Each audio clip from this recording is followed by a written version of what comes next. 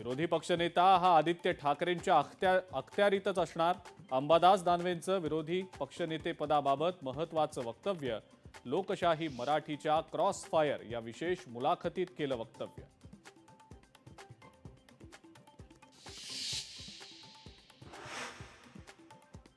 सिडकोच्या घरांच्या किमती 10% कमी करण्याचा निर्णय. उपमुख्यमंत्री एकनाथ शिंदेंची घोषणा. आमदार विक्रांत पाटील यांनी केलं होतं आंदोलन.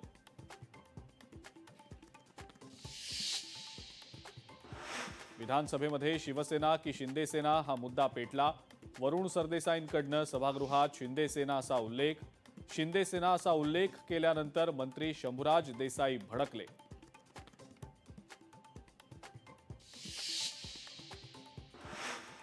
मुंबई महानगरपालिकेमध्ये महायुतीचाच महापौर होणार. मुख्यमंत्री देवेंद्र फडणवीसांचा ठाम विश्वास.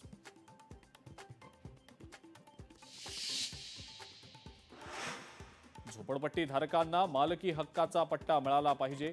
झुडपी जंगलावर वसलेल्यांनाही मालकी हक्काचा पट्टा देणार. मुख्यमंत्री देवेंद्र फडणवीस यांची घोषणा.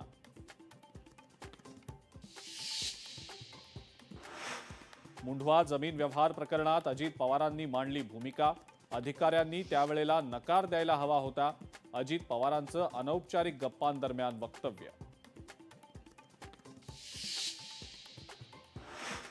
तुमच्या मुलाने गुन्हा केलाय, आता सामोरं जा. संजय राऊतांचा अजित पवारांवर निशाणा.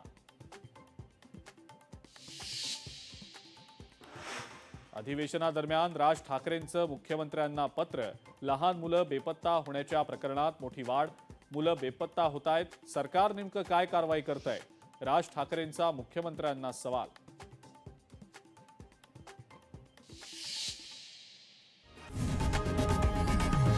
लोकशाही मराठी ऐका, पहा, जागरूक रहा.